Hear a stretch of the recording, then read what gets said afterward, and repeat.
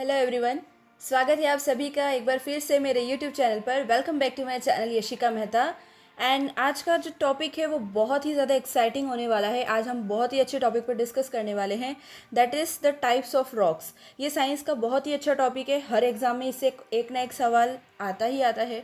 और अगर आप 10th या 9th में पढ़ रहे हैं तो आपके लिए तो बहुत ज़्यादा काम का वीडियो होने वाला है। साथ में इस वीडियो को हम देखने वाले हैं कि रॉक्स का कैसा संबंध है राम सेतु के पुल से और क्यों राम सेतु पानी पर तैरता है। सो गाइस, एंड तक वीडियो को देखना, तभी आपको समझ आएगा कि क्यों राम सेतु पानी पर तैरता है।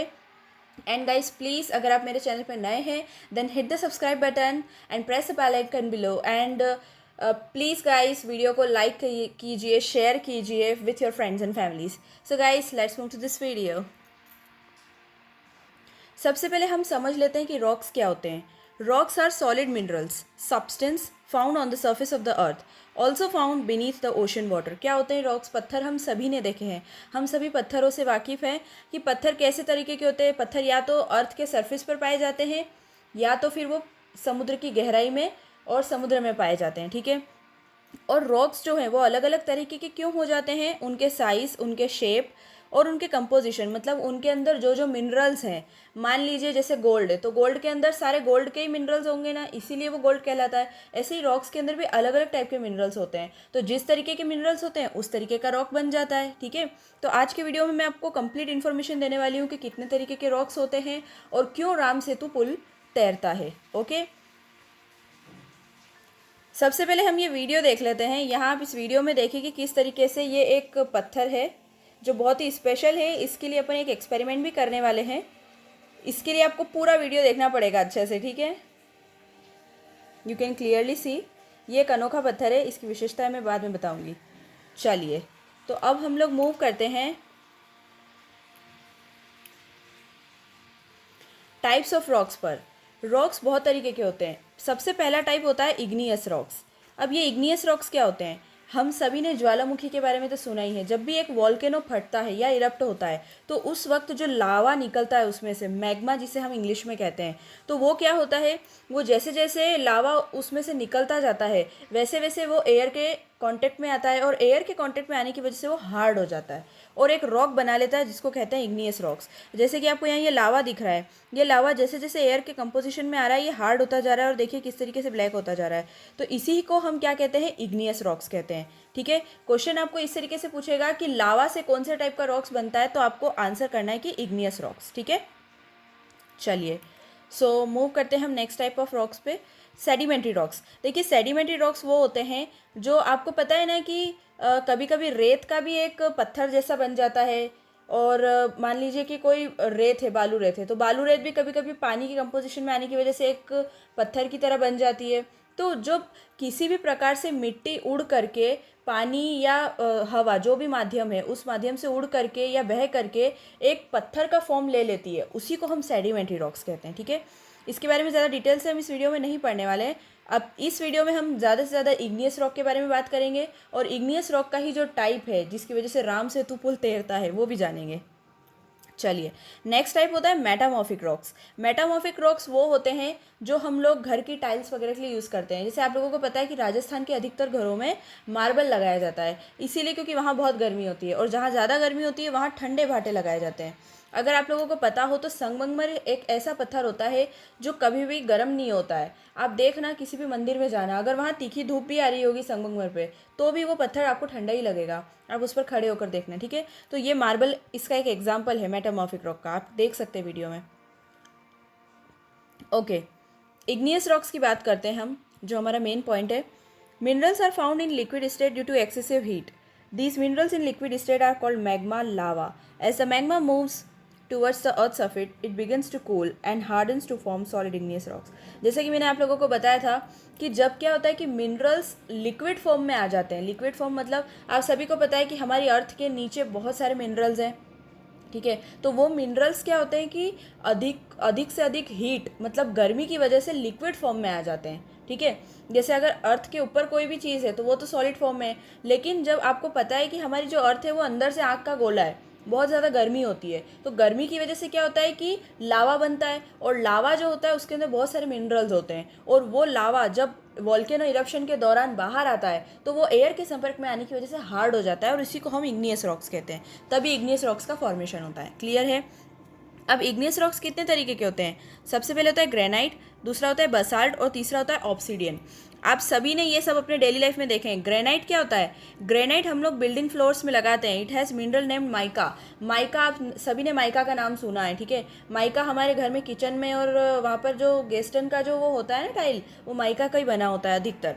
बसाल्ट की बात करूं तो आप सभी ने देखा है कि डामर की रोड बनती है हमारे यहाँ, तो रोड कंस्ट्रक्शन में बसाल्ट नाम के रॉक का यूज़ करते हैं। अब हम उसको डामर की रोड कहते हैं, बट उसका रियल नेम क्या है इंग्लिश में, उसे हम बसाल्ट कहते हैं, ठीक है। ऑब्सिडियन की अगर बात करूँ तो it looks like black glass used in surgeries. देखिए ब्लैक ग्लास होता है एकदम, अभी मैं आपको पिक्चर भी दिखाऊंगी किस तरीके के दिखते हैं। ऑब्सिडियन एकदम शाइनी होता है और ब्लैक ग्लास जैसा दिखता है, और क्योंकि वो बहुत ही ज़्यादा तीखा होता है ग्लास की वजह से, दिखने की वजह से, तो उसको क्या करते हैं हम लोग सर्जरीज में यूज़ करते हैं। जैसे ऑपरेशन वगैरह की जो सर्जरीज होती है ना, उसमें उसका यूज़ किया जाता है। चलिए, ये देख सकते हैं आप यहाँ पर ग्रेनाइट बेसिन में लगता है, इसको हम माइका कहते हैं। माइका का लगता है ना, बहुत महंगा आता है ये होता है ग्रेनाइट। नेक्स्ट देख लेते हैं, ये बसाल्ट। देखिए बसाल्ट की उससे ही रोड बनती है। ये रोड काय की बनती है? डामर की रोड बोलते हैं ना अपन हिंदी में, वो बसाल्ट की बनी होती है। अब देखिए कुछ एक्साइटिंग बताने वाली हूँ। आपने 3 टाइप तो देख लिए, लेकिन इग्नियस रॉक के 4 टाइप्स होते हैं। सबसे पहले आप ये वीडियो देखिए।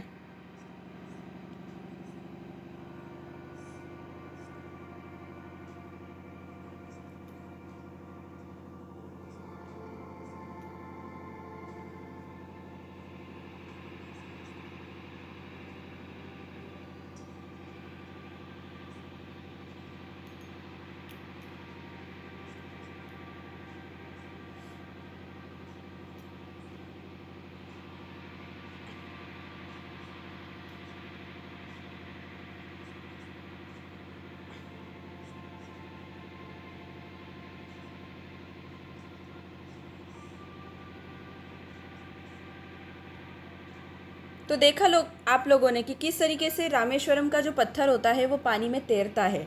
अब जान लेते हैं कि इसके पीछे का क्या सीक्रेट है। Pumice is a light weight hard igneous rock. It is porous and has a lot of holes in it, which are formed by gases trapped inside it. Pumice is the only rock that can float. ध्यान दीजिए क्या लिखा है मैंने, pumice is the only rock that can float. मतलब क्या होता है, प्यूमाइस एक तरीके का पत्थर का प्रकार है जो बहुत ही हल्का और लाइट वेट होता है, ठीक है। अब क्या होता है कि ये बहुत ही पोरस होता है। पोरस मतलब इसमें बहुत छेद होते हैं। आप देख सकते हैं इस इमेज में, इसमें बहुत ज़्यादा छेद होते हैं, और मैंने आपको जो वीडियो दिखाया था उसमें भी आपने देखा था कि वो कैसा छेद छेद वाला था। उस वजह से क्या होता है कि इसके अंदर गैस ट्रैप्ड हो जाती है। गैस मतलब कोई सी भी गैसेज हैं वो इसमें ट्रैप्ड हो जाती है, एयर आ जाती है, तो जिस वजह से क्या होता है ये बहुत ही हल्का और लाइट वेट हो जाता है और पानी में तैरने लगता है। लेकिन अगर मैं बात करूँ, you can see this picture कि कैसे राम सेतु तैर रहा है, लेकिन ये इतना हल्का होता है कि ये किसी इंसान के वज़न को तो उठा ही नहीं सकता। सबसे पहली बात, कितना भी बड़ा पत्थर होगा, लेकिन वो किसी भी भारी वज़न को तोकना उसके लिए बहुत ही वो बात होती है, और वो भी खास करके समुद्र के बीच में। तो ये तो बहुत ही अचंभित करने वाली बात है कि कैसे राम सेतु भगवान राम ने कैसे उसको बनवाया होगा। और नल और नील नाम के जो 2 व्यक्ति थे जिनका पौराणिक कथाओं में वर्णन है, उन्होंने राम सेतु का कारीगर का काम किया था। कैसे उन लोगों ने इसको जोड़ा होगा, मतलब ये बहुत ही ज़्यादा अचंभित करने वाली बात है। जैसे हम नदी पर कोई पुल बनाते हैं, तो नदी पर कभी पुल बनाया जाता है तो आप चाहे ईंट का यूज़ करें चाहे पत्थर का, लेकिन उन्हें जोड़ने के लिए आपको सीमेंट का यूज़ करना होता है। यहाँ आप देख रहे हैं कि इन्होंने कोई सीमेंट किसी चीज़ का यूज़ नहीं किया है, और सीधे सीधे इन्होंने पत्थर से पत्थर जमाए हैं। अब इन पत्थरों को इन्होंने जब रखा होगा तो क्या ये बहकर चले नहीं गए होंगे समुद्र में? ये पत्थर ऐसा है जो हर वक्त फ्लोट ही करता रहता है, तो ये फ्लोट करके बह के कहीं और भी जा सकता है। ऐसा तो नहीं है कि पुल के फॉर्म में ही स्टेशनरी रहेगा, हमेशा हिलेगा नहीं वहाँ से।